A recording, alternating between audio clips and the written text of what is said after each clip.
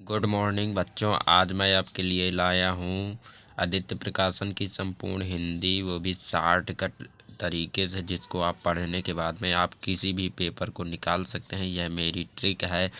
आप विभिन्न परीक्षाओं को निकाल सकते हैं। यूपीपी, यूपीएसआई और यूपीटीजी, पीजीटी परीक्षा हेतु आप निकाल सकते हैं, कोई भी परीक्षा हो।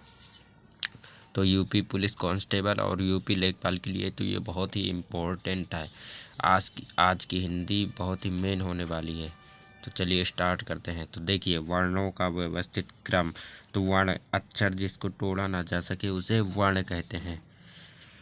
अक्षर जिसको तोड़ा ना जा सके उसे वर्ण कहते हैं। नंबर दूसरा है, भाषा की सबसे छोटी इकाई है वर्ण या ध्वनि। भाषा की सबसे छोटी इकाई क्या है? वर्ण या ध्वनि। ये क्वेश्चन बार बार पूछा जाता है आपके एग्जाम में। तो देखिए, भाषा की सबसे छोटी सार्थक इकाई है शब्द। सार्थक इकाई पूछ ले तो शब्द, और भाषा की सबसे छोटी लिखित इकाई अगर पूछ ले क्वेश्चन में तो वो होगा वर्ण, और भाषा की सबसे छोटी मौखिक इकाई अगर पूछ लेगा तो वो होगी ध्वनि।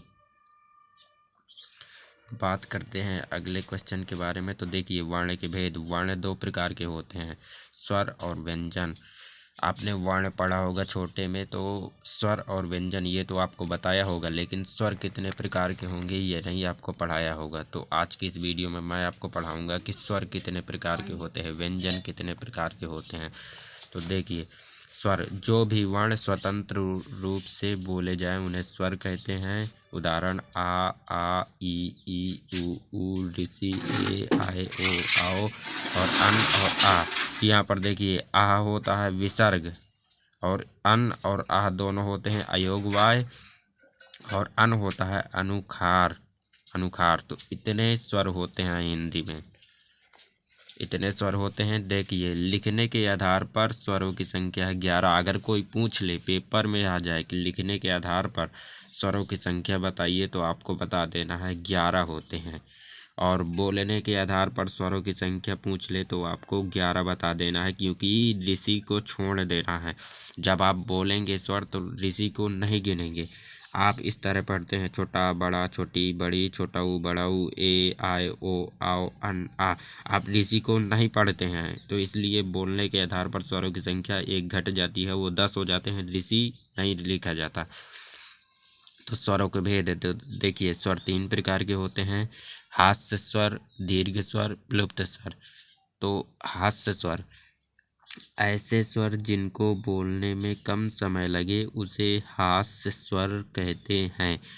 ऐसा स्वर जिसको बोलने में कम समय लगे उसे हास्य स्वर कहते हैं। ये 4 प्रकार के होते हैं बच्चों। हास्य स्वर 4 प्रकार के होते हैं। आ, ई, ऊ, ऋषि।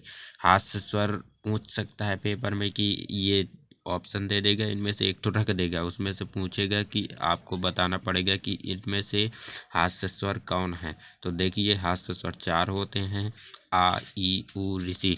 ऐसे स्वर जिनको बोलने में कम समय लगे उन्हें हास्य स्वर कहते हैं। तो देखिए, आ जब हमने बोला तो कम समय लगा है ना, ई बोला तो उसमें भी कम समय लगेगा, ऊ और ऋषि तुरंत बोल देते हैं। फिर इसके बाद में आएगा दीर्घ स्वर। तो हास्य स्वर से 2 गुना समय लगेगा इस स्वर में। तो इस स्वर को संयुक्त स्वर भी कहते हैं। ये 7 प्रकार के होते हैं। दीर्घ स्वर, हास्य स्वर से 2 गुना समय में लगेगा इसमें। ये 7 प्रकार के होते हैं, बड़ा आ, बड़ी ई, बड़ा ऊ, ए आए ओ। तो आपको दीर्घ स्वर याद कर लेना है, बड़ा आ, बड़ी ई, बड़ा ऊ, ए आए ओ। अब बात करें प्लुप्त स्वर की, तो इस स्वरों में हास्य स्वरों से 3 गुना समय लगेगा। इन स्वरों को खींच कर बोला जाता है। ओ, जैसे ओ डम्बन, रा डम्बन। तो ये क्या है? प्लुप्त स्वर है। तो यही है बेसिक ट्रिक। अगर आप इनको याद कर लोगे तो आपको बहुत ही आसानी होगी, कोई भी आप सरकारी पेपर निकाल सकते हो। तो ये वीडियो का पार्ट 1 है। अगर वीडियो का पार्ट 2 चाहिए तो वीडियो को लाइक कीजिए, और चैनल पर नए आए हैं तो चैनल को सब्सक्राइब कीजिए। जय हिंद दोस्तों।